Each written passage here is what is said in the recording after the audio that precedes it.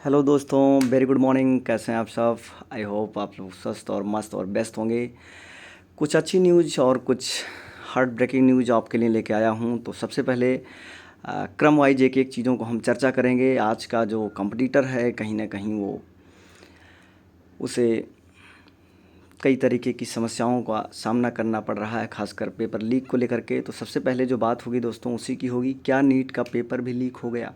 जी दोस्तों, इस बात की मैं अभी कोई पुष्टि नहीं कर सकता, लेकिन एनटीए का जो बयान है, इसके पहले भी पेपर लीक की घटनाएं लगातार आप देख रहे हैं, चाहे वो आरओ की हों पीस, है ना, या आप यूपी पुलिस कांस्टेबल का एग्ज़ाम देख लीजिए। तो अच्छा, लीक होने का कंपटीटर का सबसे बड़ा जो नुकसान होता है दोस्तों, वो ये होता है कि लीक होने के बाद सरकार फिर दोबारा डेट देने में सालों लगा देती है, उसको क्लियर करने में 2 साल भी लग जाते हैं भर्तीज को। ठीक है, तो ये रवैया कहीं ना कहीं गवर्नमेंट जो कर रही है युवाओं के साथ, ये बहुत ही धोखाधड़ी है। मैं इसके सख्त खिलाफ़ हूँ। गवर्नमेंट को इसके लिए टाइम बाउंड होना चाहिए। अब ये नहीं भैया तुम पेपरवा एक बार जो है निरस्त कर दे रहे हो, उसके बाद 2 साल कर लग जा रहा है आपको लगाने में, ठीक है, उसको करवाने में पेपर को, तो ये कहीं ना कहीं गलत हो रहा है युवाओं के साथ। चलिए, तो नेट का जो पेपर लीक की घटना है, देखिए यहाँ पर मैं आपको दिखाता हूँ। लिखा है 24 युवक युवाओं के भविष्य के साथ फिर से खिलवाड़ हुआ, नीट पेपर लीक पर बोले राहुल गांधी और प्रियंका। ठीक है, तो ये तो पॉलिटिकल बात है। ये टीवी 9 का जो है न्यूज़ है। ठीक है, तो एनटीए ने तो अभी साफ डिनाई किया है। देखते हैं अगर कुछ ऐसा है दोस्तों। मैं इसकी पुष्टि नहीं करता कि पेपर लीक हुआ, बट अगर ऐसा कुछ सुनने में आ रहा है तो इसकी ज़रूर जांच होनी चाहिए, क्योंकि हम ये नहीं कह सकते कि केवल र्यूमर फैलाया जा रहा है वोट बैंक के लिए।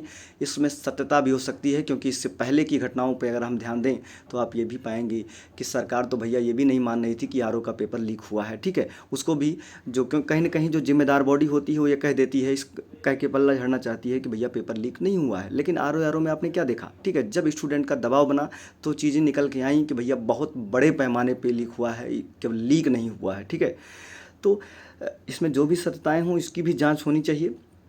चलिए, तो ये तो हो गई दोस्तों नीट का एग्ज़ाम को लेकर के।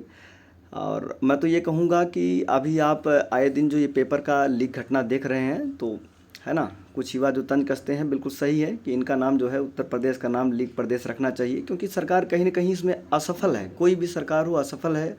और ख़ासकर युवाओं का जब इस तरीके से टाइम जाता है, उनका जो है मनोबल डाउन होता है, क्योंकि जब पेपर लीक की घटनाएं रुकती नहीं हैं तो तैयारी करने वाले, आप लोग प्रयागराज में देखे होंगे, सुसाइड की घटनाएं बहुत ज़्यादा इंक्रीज हो रही हैं। गवर्नमेंट को इस पर मुझे लगता है कि एटलीस्ट तुरंत एक्शन लेना चाहिए और इसको कन्वे करना चाहिए चीज़ों को। चलिए, सेकेंड न्यूज़ है, देखिए AWS के कोटे में SC ST और OBC शामिल नहीं। जी हाँ दोस्तों, देखिए जो रिजर्वेशन का सरकार जो मुहैया करा रही है किसी भी कैटेगरी को, ठीक है, इन रिजर्वेशन के अलावा भी अगर इसमें आप चीटिंग करते हैं, या जो बॉडी है चीटिंग करती है, सरकार है, ठीक है, जो विभाग हैं, तो ये कहीं ना कहीं बहुत ज़्यादा तरीके से गलत है ये चीज़। देखिए, एमपी हाई कोर्ट का एक बहुत बड़ा डिसीजन आया है दोस्तों। सेकंड पॉइंट में चर्चा कर रहा हूँ। देखिए, लिखा हुई व्यापक अनियमितता, आरक्षण मामलों के विशेष अधिवक्ता रामेश्वर सिंह रघु अभिनय प्रसाद शाह का कहना है कि EWS आरक्षण को लागू किए जाने में सरकार में व्यापक पैमाने पर अनियमितता की गई है। कई भर्तियों में कुल पदों में से EWS को 10% आरक्षण दिया गया। ये बात दोस्तों नोट करने वाली है।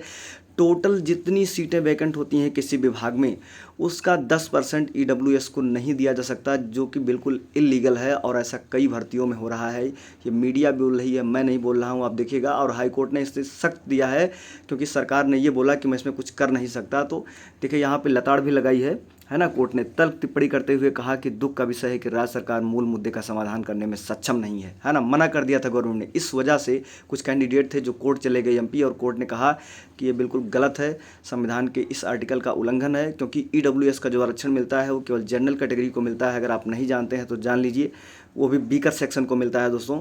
तो बिल्कुल मिल रहा है, ठीक है, मिलने दीजिए, कोई दिक्कत नहीं है, लेकिन जो पैमाना रखा गया है उसी के हिसाब से मिलना चाहिए। ठीक है, तो ये चीज़ें कहीं ना कहीं गलत हो रही हैं। चलिए, नेक्स्ट बात कर लेते हैं शिक्षा सेवा चयन आयोग की। हम बात करते हैं मिले सचिव।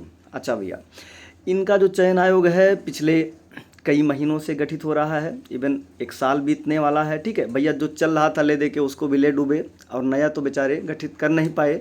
पिछले 1 साल से जो है आयोग ही गठित हो रहा है, देखते हैं। ठीक है, ये सब तो बस ख्याली पुलाव हैं, बाकी आप लोग पकाते रहिए। देखिए, लिखा है आज कार्यभार संभालेंगे नए सचिव गिरिजेश त्यागी जी, तय करेंगे एजेंडा। ठीक है भैया, पहले तो अभी परीक्षा नियंत्रक का जो है नियुक्ति हो जाए, है ना, बाकी चीज़ों का हो जाए। एजेंडा तो ये पेपर में आए दिन तय हो रहा है पिछले 1.5 सालों से, ठीक है। आप लोग देख रहे हैं, मुझे ज़्यादा बताने की ज़रूरत नहीं है। तो दोस्तों ये थी न्यूज़। कैसी लगी न्यूज़, सारी डिटेल आपको अच्छा लगा हो सेशन शेयर करिएगा, लाइक करिएगा। ऐसे ही अपडेटेड न्यूज़ और जो भी हमारे पढ़ने वाले कॉम्पिटिटर छात्र हैं, खासकर स्पेशली वो कॉमर्स वाले हैं, तो बिल्कुल जो ऑडिटर और असिस्टेंट अकाउंटेंट की तैयारी कर रहे हैं उनका भी हमारे इस चैनल पे स्वागत है। डिस्क्रिप्शन में आपको लिंक मिलेगी, वहाँ से हमारे टेलीग्राम चैनल ज्वाइन कर सकते हैं और आपको बिल्कुल फ्री मॉक टेस्ट वहाँ पे प्रोवाइड किया जा रहा है, ठीक है, जिसका आप आनंद ले सकते हैं। ऑडिटर का और असिस्टेंट अकाउंटेंट का दोनों का हमारा फ्री टेस्ट चल रहा है। तो उस मॉक टेस्ट को ज्वाइन करने के लिए आप डिस्क्रिप्शन में लिंक दिया है, वहाँ पर आप कॉन्टैक्ट कर सकते हैं, ठीक है। तो कैसा लगा दोस्तों वीडियो, इन्फॉर्मेटिव लगा हो तो चैनल को लाइक और सब्सक्राइब करना ना भूलें। थैंक यू सभी को।